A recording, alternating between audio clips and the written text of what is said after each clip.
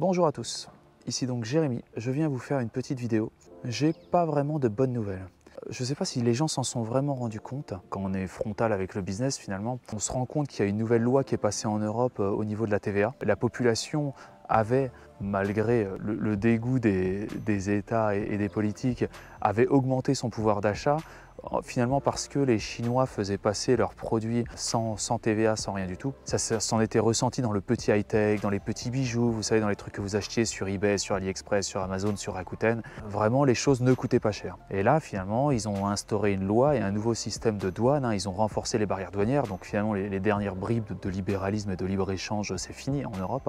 L'intégralité maintenant des produits sont taxés à hauteur de 20%. Et je ne sais pas si vous vous rendez compte du nombre de petits paquets, de petits colis, de petits trucs passés à l'as en fait, et qui vous permettaient d'avoir les trucs à pas cher. Maintenant c'est fini. Finalement il y a toute une partie des biens que vous achetiez sur internet qui vont subir une inflation directe de 20%. Après vous aviez aussi les professionnels qui recevaient des petits trucs par-ci par-là et qui vont devoir répercuter à chaque fois ces 20% qu'ils vont payer en plus, parce que évidemment les sociétés ils sont censés faire du profit, donc ils vont pas se mettre à des coûts. Donc il y a des chances que ces 20% soient répercutés sur le public. Je dis pas que tous les produits évidemment sont taxés maintenant évidemment, parce qu'il y en a beaucoup qui l'étaient déjà, mais toute une partie des produits vont donc être taxés maintenant à 20% et le sont déjà depuis août, et une inflation va commencer à arriver sur tous ces produits et sur l'ensemble de la chaîne de consommation française et européenne. Donc écoutez, vous avez vraiment pas de bol, parce que vous aviez déjà des problèmes avec le pouvoir d'achat. On voit déjà avec les trucs des gilets jaunes ce qui s'était passé, et même là les nouvelles manifestations. Alors là les gens en sont plutôt sur leur liberté individuelle avec le pass sanitaire et tout,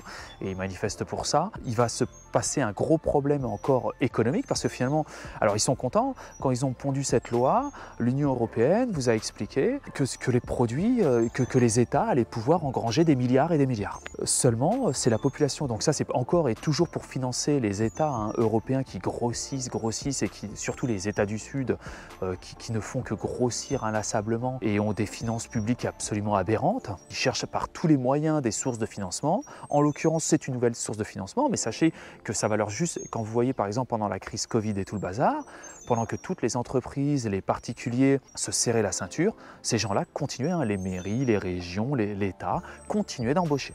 Donc tout ça, ça a un coût, il va falloir encore plus le subventionner. Donc là, en plus, le pire, c'est que cet argent, fraîchement acquis, via l'inflation, ne servira qu'à financer le service public. Il n'y a aucun projet de réinvestissement ou de croissance ou de ce que vous voulez. Donc ça va encore empirer, parce que qui dit plus d'État, donc un État va devenir encore plus puissant, ils vont encore prendre plus de pas sur la société, et ils vont encore avoir besoin de se financer encore plus. Donc c'est comme ça que les nations se détruisent. Et vont être, après, il ne reste plus qu'un seul moyen, c'est d'aller faire la guerre. D'aller faire la guerre pour aller voler les biens à autres. Mais en soi, ça ne résoudra en rien le problème structurel.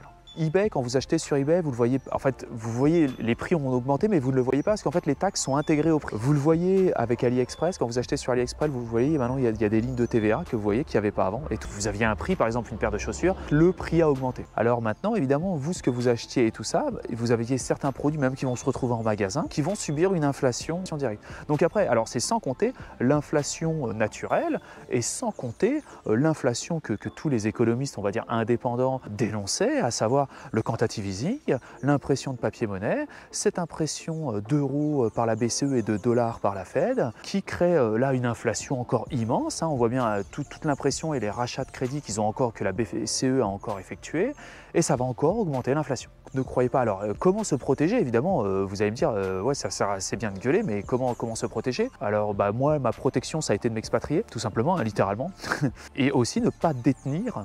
Parce qu'il faut savoir que là, le pays dans lequel je suis expatrié utilise le dollar, et donc le dollar qui lui subit l'inflation de la Fed, qui rachète les crédits et qui fait aussi du quantitative easing exactement comme la BCE. Et donc il y a la même inflation. Seulement les Américains sont plus intelligents, c'est qu'eux, ils répercutent aussi l'inflation sur les pays tierces. Donc vous avez des pays qui subissent l'inflation pour financer le système de l'administration publique américaine. Donc bon, comment s'en protéger? C'est tout simplement ne pas détenir de monnaie, ne pas détenir d'argent, ne détenir que des actifs. Parce que là, vous allez voir encore la bourse qui va monter, et ce ne sont pas la valeur des entreprises qui ne produisent pas forcément plus de richesse, d'ailleurs parfois moins, et vous voyez quand même les cours augmenter.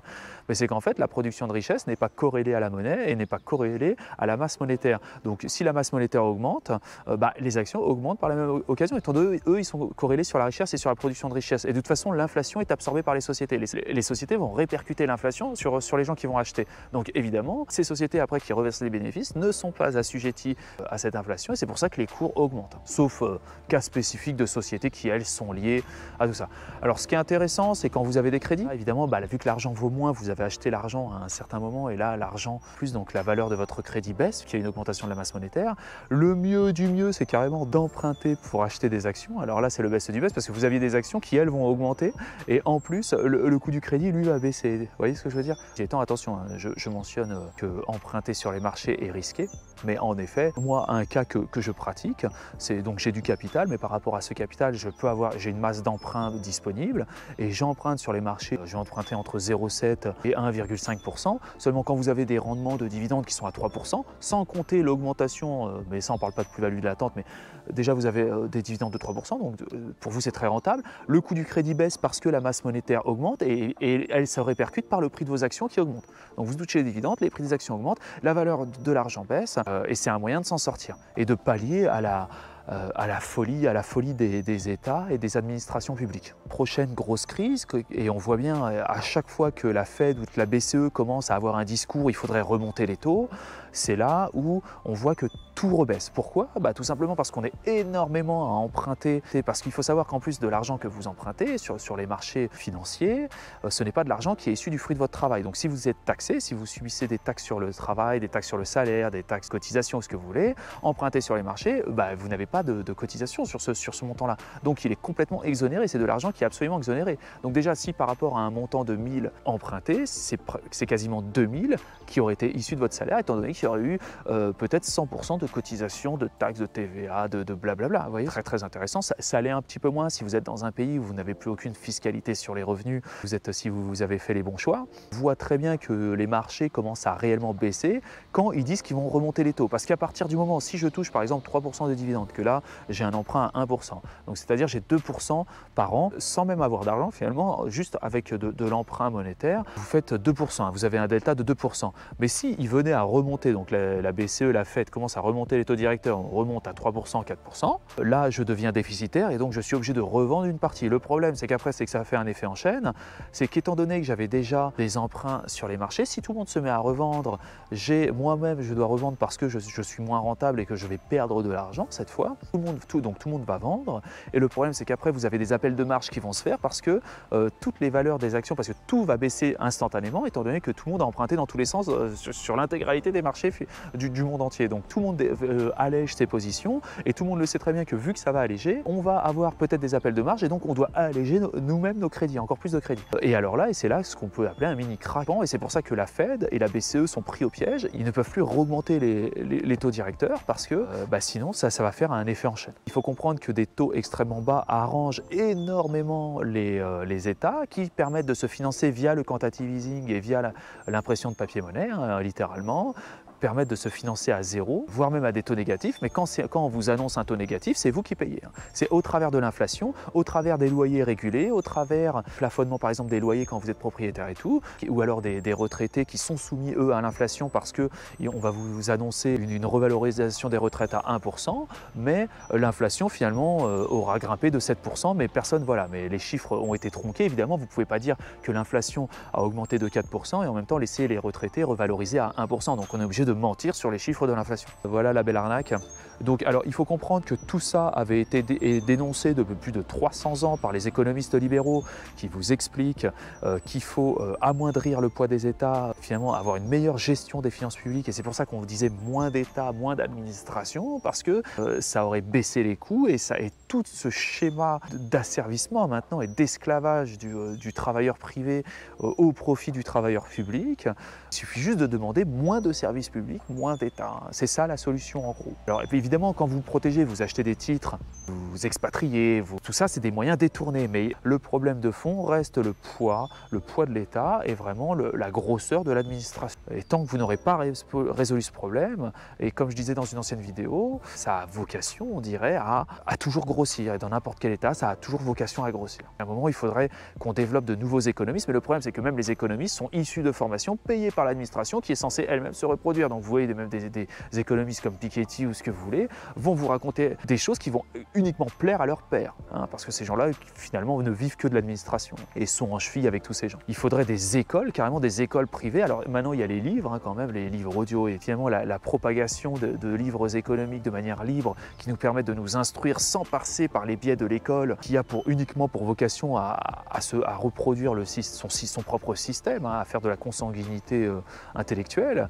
Un des plus grands changements passerait déjà par la culture, une nouvelle culture d'économistes libéraux, des gens comme Charles Gave, même, alors à moindre titre, parce que je ne le prends pas pour un philosophe économiste, mais Charles de Ripper, vous voyez, des gens qui ont une pensée plus ou moins libérale, mais indépendante. Donc des gens que vous n'entendez pas, qui ne passeront jamais sur vos plateaux de télé ou quoi que ce soit. Mais ça passe, ou alors passer par voilà, il faut des écoles privées qui créent une nouvelle génération d'économistes qui influeraient et qui eux-mêmes éduqueraient au travers de canaux alternatifs, inculqueraient une vision du laisser-faire, du laisser-aller, du moindre État, voilà, de plus de liberté. On se dirige tout droit vers des régimes fascistes, hein, littéralement. C'est une catastrophe ce qui est en train de se passer. Vous savez où je suis et vous savez que j'ai réussi à m'extirper, mais je ne suis pas sauvé d'affaires pour autant. Même De Ripper l'avait dit dans une de ses vidéos, hein, Charles de Robière, là. On n'est pas tiré d'affaire pour autant parce que, en plus, les États, ce que vous appelez le Big State, le nouvel ordre mondial ou ce que vous voulez, c'est au profit de l'administration publique et qui a tendance à se globaliser, à vouloir mettre des normes mondiales pour asservir littéralement ses propres besoins. Ce que vous appelez le Big State ou ce que vous voulez, c'est finalement une administration globale qui est en train de se mondialiser. On avait vu la mondialisation des échanges plutôt libres entre personnes consentantes. Là, on arrive à une administration globalisée, mondialisée, qui aurait tendance à se reproduire, voilà, et à absorber les autres administrations. Un truc dément, quoi. Après, on arrive dans Matrix. Hein.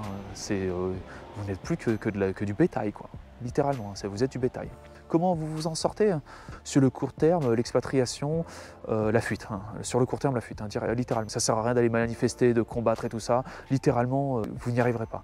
Vous n'y arriverez pas parce que les gens qui vont être à côté de vous lors des manifestations n'ont pas cette culture. Et au final, vont être engrainés et vont retomber dans le plus de services et vont vous demander plus de services publics, plus d'État, plus nanana. Ils manifestent, ils savent qu'il y a un malaise, mais ils n'ont pas la culture pour comprendre d'où provient le problème. Donc ça ne sert absolument à rien de manifester. Là, c'est la fuite. Barrez-vous. Barrez-vous et à distance, essayez déjà d'acquérir de la culture à point de vue personnel, déjà de vivre et de profiter de la vie. Et si vous voulez un tant soit peu changer les choses, essayez de propager quelques idées libérales qui permettraient de sauver le truc. Parce qu'il faut savoir que vos enfants, même si vous êtes expatriés ou ce que vous voulez, vont retomber dans ces problèmes. Hein. Les choses ont tendance à se globaliser, à se mondialiser. Les problèmes qu'on rencontrait en Europe, qu'on rencontrait aux États-Unis maintenant, c'est en train de se propager dans le monde entier. Parce que ces administrations se sont mondialisées.